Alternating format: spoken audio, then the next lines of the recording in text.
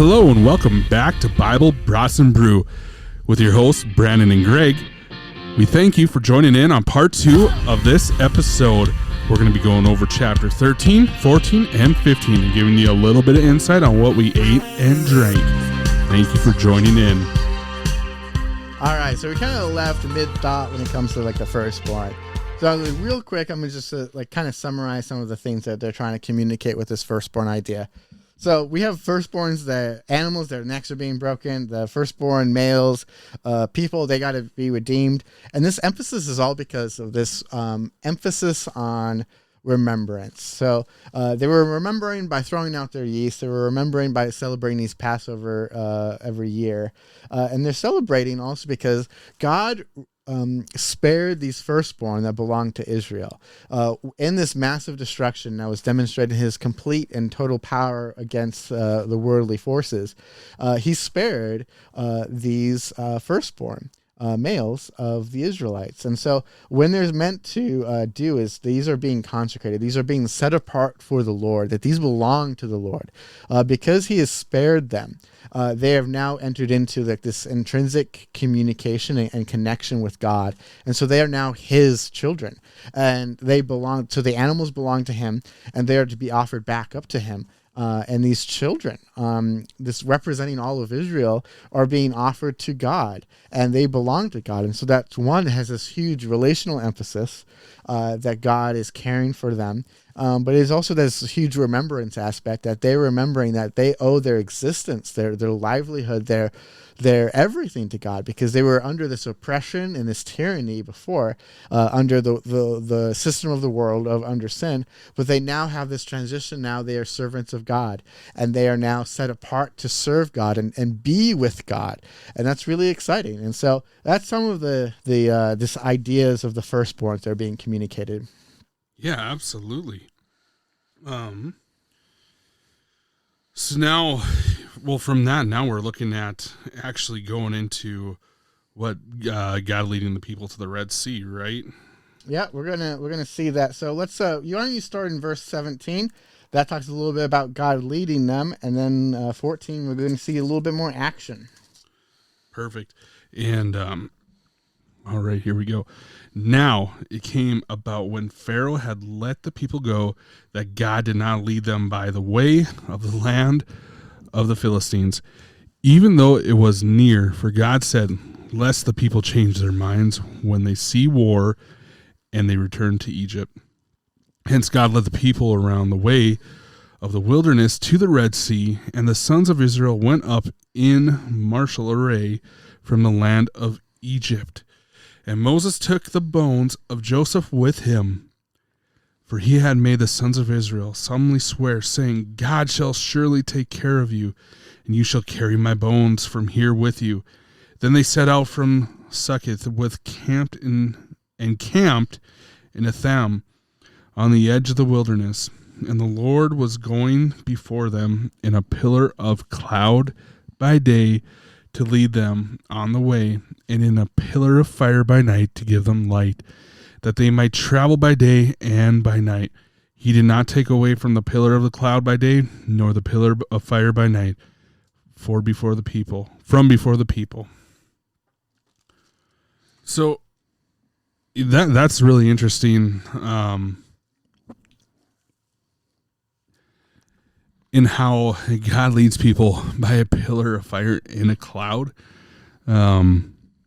What do you think? What's your thoughts on that? I mean, that's pretty symbolic too, to seeing God's Spirit really move in a unique way. Yeah, so fire is actually a pretty common theophany, the appearance of God.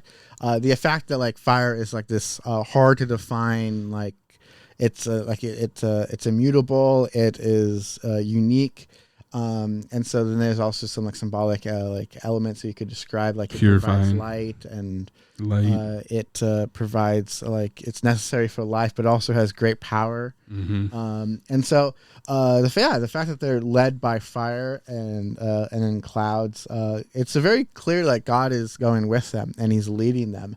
And that's pretty exciting. And so the whole emphasis about like not going on the coast would have been very populated. There would have been like forts because Egypt would have had forts to defend themselves against the Philistines. Philistines would have it was likewise. And so to avoid combat, he's leading them through kind of the wilderness because people like living on coast because it provided an extra food source in fish, and it provided opportunity for trading. And irrigation is going to be easier because there's going to be rivers that are running off into the sea. And so coasts and rivers are where all the cool people lived. Well, and it's a life source too, right? Yeah, Like water. absolutely.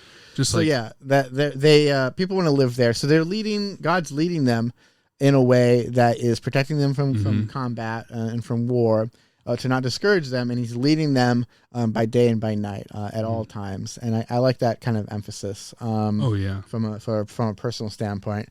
But let's continue on with a little bit more of the action. Yeah, absolutely. One other thing too about a pillar of fire, you know, when looking back at ancient Israelites and even the Jews today, fire is a major thing as far as relationship building. It's what brings people into relationship with something. That's one of the beliefs. So part of sacrifices that happened back in the Old Testament was all relational because of that. Yeah, we'll talk about burnt offerings a little bit. Leviticus will have a lot of that, but Right. we're not covering Leviticus, not right away at least. You want to go Maybe on? one day. But yeah, let's go ahead and start chapter 14. I feel like I've been reading more than you, though. You've been reading all the small You sections. do such a good job. Oh, yeah, sure. All right. Now the Lord spoke to Moses, saying, tell the sons of Israel to turn back at the camp before that place, between Migdol and the sea. You shall camp in front of Baal-Zephon, opposite it by the sea.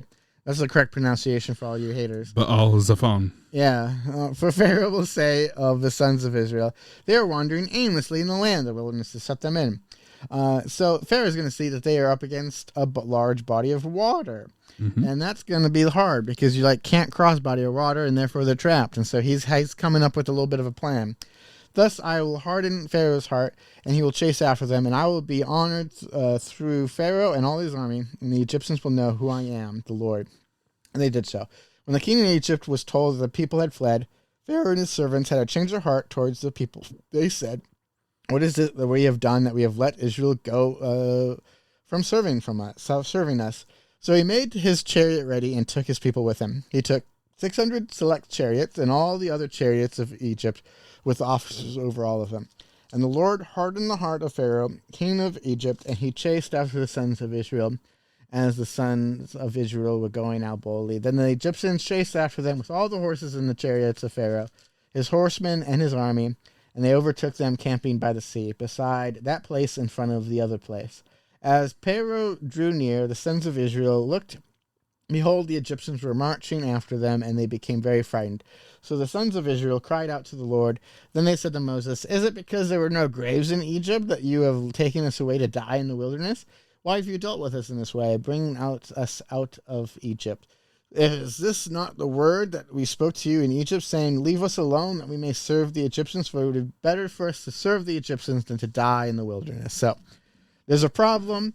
They immediately say, why did you free us from slavery? It's better to be a slave than to die in the wilderness, because despite the fact that they saw all of these miracles, all of these signs that demonstrate God's complete power over the things of this world, they are once again afraid of these chariots. So chariots were scary in the Bronze Age. So basically, how they worked functionally in a battle is that they were a mobile archery unit. So typically there would be two people on a chariot. There's one person driving, and the other person has a bow and arrow, and they're just shooting the people.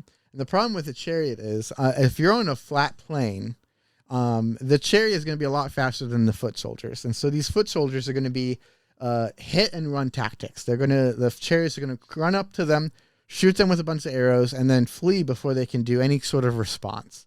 And so 600 chariots could decimate a large infantry force on a flat plane because they can't run away from the chariots because the chariots will always catch up with them. So there's no option to flee. But there's really no option to fight back because that constant hit and run tactics is just really deadly. And so chariots dominated warfare on flat land when it came to the Bronze Age. Once they enter the Iron Age, we're going to start seeing like people riding horses without chariots. There are archers that do the same kind of hit and run tactics. That's going to take over because chariots are a lot more work.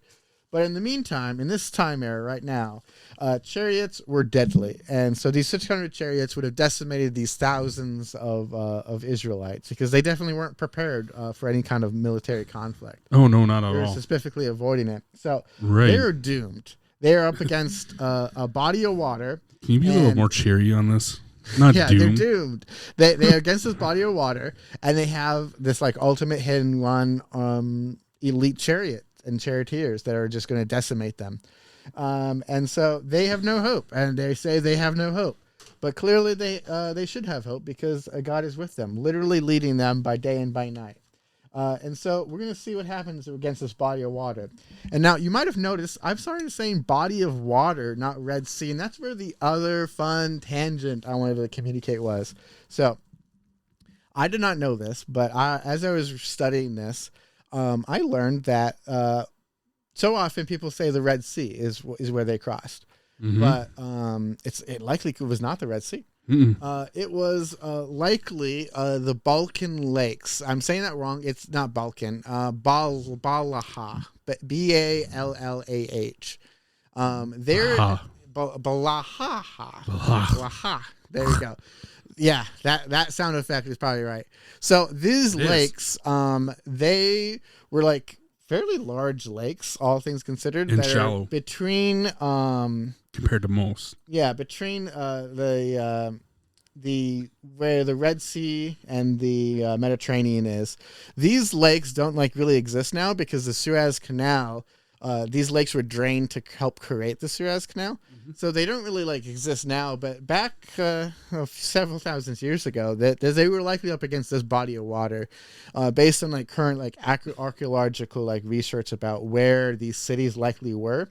And so they were against this lake, and not against the Red Sea. And so I thought that was a fun fact. Well, in the lake itself, actually, it follows the gold and gravel veins from where Eden would have been. It follows it down because that gold vein was massive. It's not like what you would have or what you would see in today's time. It was such a massive vein. I mean, it covered millions of square miles. It was massive, and that's where the best gold was found, was in that vein. And there's nothing compared to it today. So you can't even compare it to anything today. But yeah, so it makes sense with a lake. So yeah, I just wanted to say that because so often I hear people say crossing the Red Sea, and I say that, but now I'll have to remember to say a body of water because we don't know exactly which body of water they crossed. Right. But head alert! They crossed the body of water, so we gotta read that in the story. All right. Why don't you pick us up in verse 13? Verse and 13? You can do all the way through the end of chapter 14. Yeah, got you there. I know you did. All right, that's fine. But Moses said to the people, "Do not fear. Stand by and see the salvation of the Lord, which he will accomplish for you today.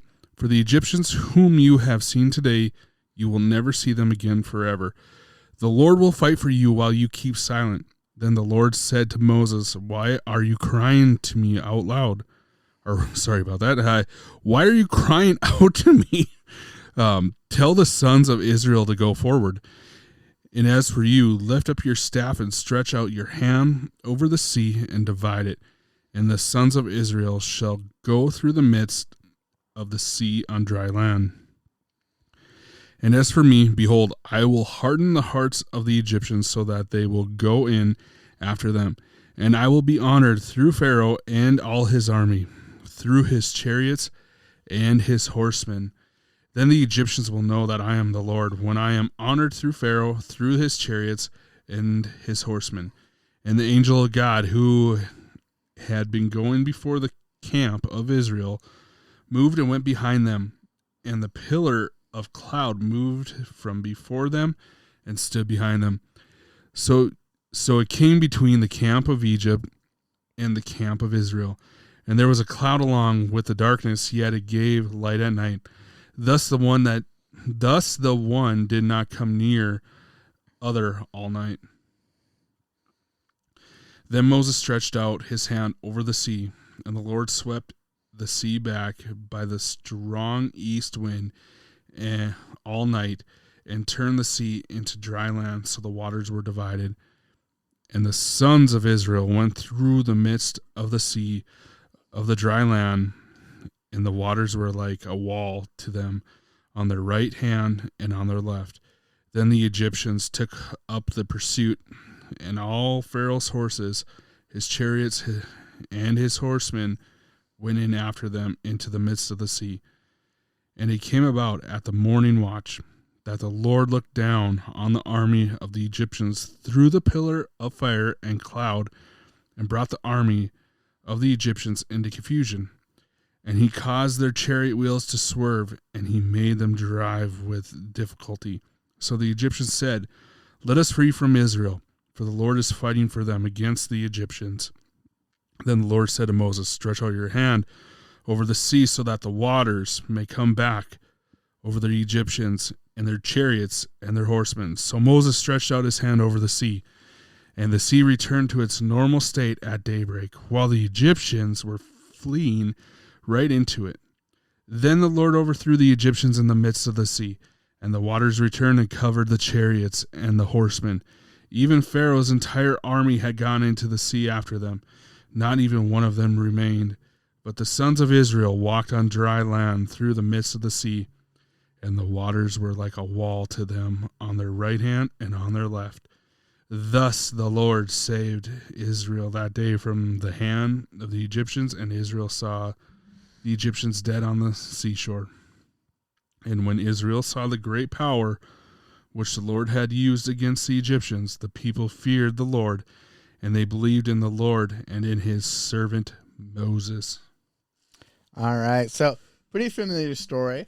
But yeah, God, through his power, had Moses raise the staff, but it was ultimately God's power that he demonstrated his once and for final sake, that he made it clear to these Egyptians and to these Israelites that he has all this complete power over the world, that there is no forces of this world, no forces of sin that can compare to his might. And so this is like the final nail in the coffin when it comes to like this point that's been made for these past several chapters, that God has this ultimate power and will deliver his people, and that he is worthy of being entrusted and worthy of being praised. And that's where we're going to transition in chapter 15, because this is going to be a song of worship that Moses sang, and that the the Israelites sang over God's victory.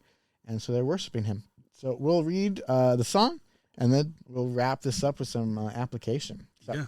You want to read this one? Yes, I will read it. Then Moses and the sons of Israel sang the song to the Lord and said, "I will sing to the Lord, for he is highly exalted. The horse and its rider, he has been hurled into the sea. The Lord is my strength and song. He has become my salvation. This is my God, and I will praise him. My father's God, I will extol him. The Lord is a warrior. The Lord is his name. Pharaoh's chariots and his army he had cast into the sea, and the choice of his officers are drowned in the Red Sea. The deep covers them.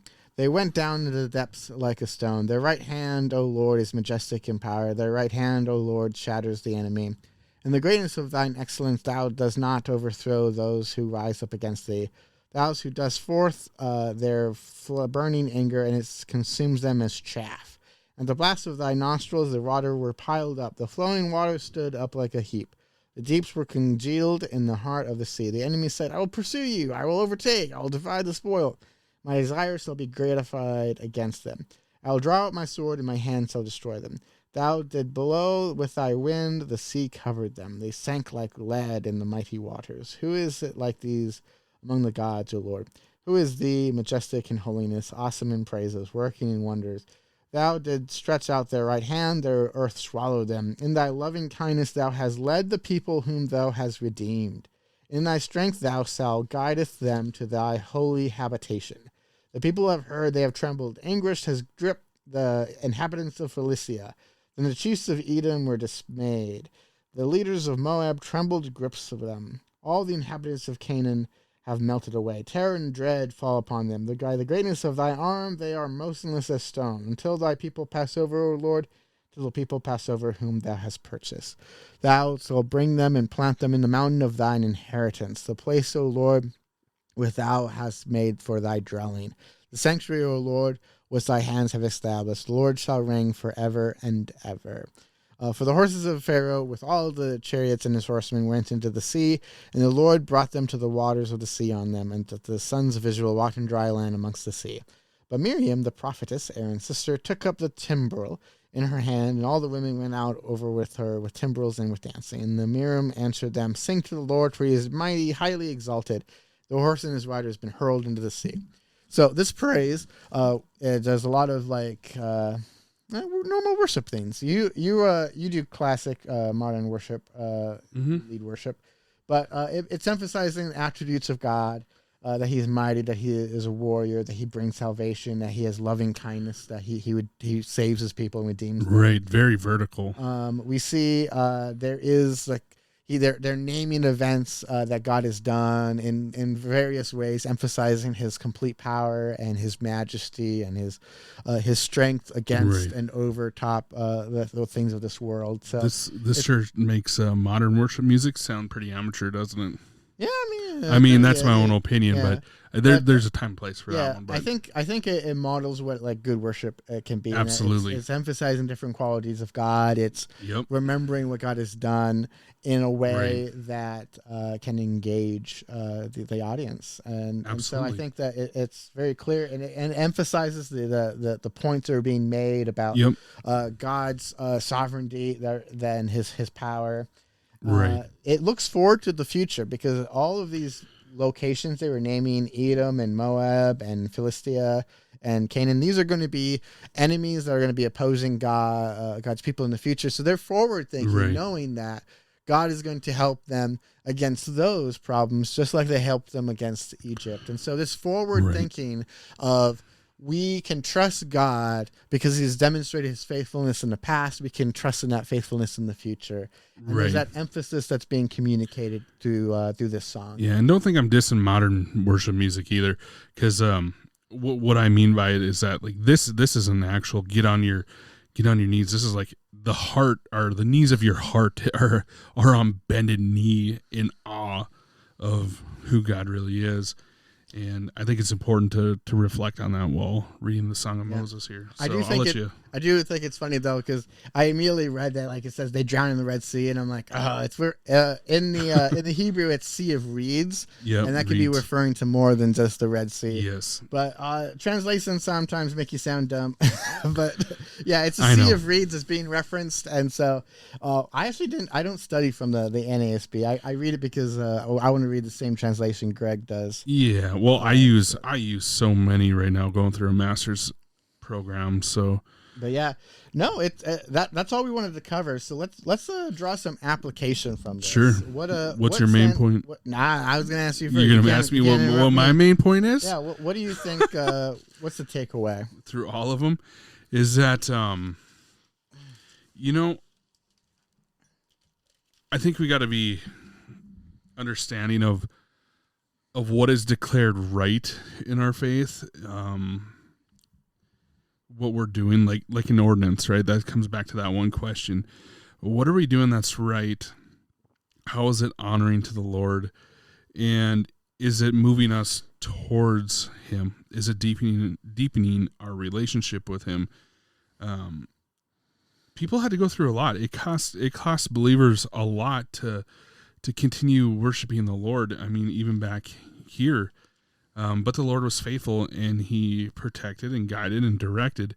So I really think this comes back with living by faith and not by sight, and trying to, what you see is how you make and develop your plan, because that'll never work out. But if you live by faith and understand that, all right, I have to go to the Lord here, he's still going to guide and direct you the same way that he did with the Israelites, right? With a cloud and a pillar of fire. It may not look the same as back then. It may be different. It may be through a spoken word from somebody else, and maybe an illumination of God's truth in his word. It may be different, right? I mean, I'm not saying that God can't lead by a cloud or a pillar of fire today. I mean, he's the Lord, he's Yahweh, right? he could do whatever he wants. So I think just being open to how God leads you and just discerning that and making sure that it's in line with what the truth is saying, because a lot of people will say, oh, God's leading me to do this and this and this and this, and it's definitely not the way that they're supposed to be going. You know, they're looking at their own emotions and stuff. So we have to be sure that we're hearing the Lord right and that we're discerning that correctly. All right. My big takeaway would be, do you remember? So so many of the things that we talked about were all centered on the idea of remembering. The Passover, they're meant to remember what happened that night. The leavened bread, they're supposed to remember the other power that God had, that he brought about their rescue so quickly. This consecration of the firstborn, that's meant to remember that they belong to God, or these firstborn belong to God, and that because of his rescue. And so they're constantly being told to remember. Remember with the Passover. Remember with the Festival of Unleavened Bread. Remember with his consecration of the firstborn. They're meant to remember what God had done for them and with them, and that he rescued, that he brought about their salvation. And do they remember? They immediately, after being led by day by night by God's faithfulness, they see that they're in a situation that in an earthly sense they are doomed. And they immediately to cry, it is better for us to have been slaves, to be under this world, than to die in this wilderness. They immediately don't remember. And so remembrance, that they're meant to remember what God had done for them. And it's not just a them problem. I think it's a us problem, that we are so quick to forget. Absolutely. That we are so quick to forget what God has done for us, what God is doing for us. This song of remembrance was to remember all of these things that God has done through this song, praising him, because they're going to look forward to all of these future enemies, and they need to remember to be able to continue on with their journey.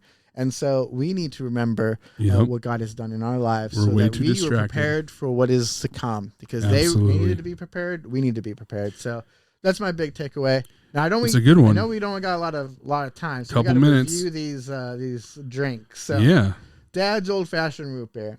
I like it. It is a very sweet root beer. It has real cane sugar. It's a good one, though. I don't think it's as sweet as the Frosty, but if you like sweet root beers, it's actually really good. It's a good one. Yeah, I like the design of the label too. Oh yeah, it's so nostalgic, and the label itself reminds me of like sitting at a baseball game. Yeah. Watching a baseball game outdoors and just having time with family and friends and just having fun. All right. The brats, we didn't like them. You already knew that. The consistency of it was not good. Like the Cajun flavor, if you like Cajun flavor, you probably would have been okay with that flavor. I'd rather eat octopus or eel. Well, octopus is great. Eel but is I like not that great. Stuff, Eel's so. too chewy. But the texture, take that back. It wasn't to my liking. So Dad's Old Fashioned Root Beer, 2 thumbs up. How was Not Your Father's Root Beer? Awesome. Tastes just like root beer. All right, we're gonna see how that. Because I have a tiny bit. I'm gonna taste it. I'm not an alcohol drinker. Here's what I want you to think about though. Think about A&W meets Barks. Okay. Well, those two. We'll see how it goes. Red Sea Party. Oh, ew, gross. Oh, this is disgusting. It's not root beer at all. Yes, it is. I need to wash it down with some good one. With some dads. Oh, it tastes like alcohol. You tricked me. It doesn't taste like root beer at all. It tastes like root beer. Greg is a liar. Not at all. Okay. No thumbs up from me. It's all about the palate. Yeah. The palate. All right, if you like alcohol that pretends to be root beer, Not Your Father's Root Beer is your choice. But that's all I got to say about that. I should have knew I'd not to trust you. It tasted gross. It's actually really good. Yeah, it is. Don't take my word on alcohol. I don't like it. If you like alcohol, I'm sure maybe you'd like it. Well, Brandon and I thank you again for joining in on Bible, Brats, and Brew. We hope that you enjoy some fun, some laughter, some joking, but more. We hope that you grow closer to the Lord, deepen your relationship with Him, So we thank you again for joining in on Bible, Brats, and Brew with Brandon and Gray.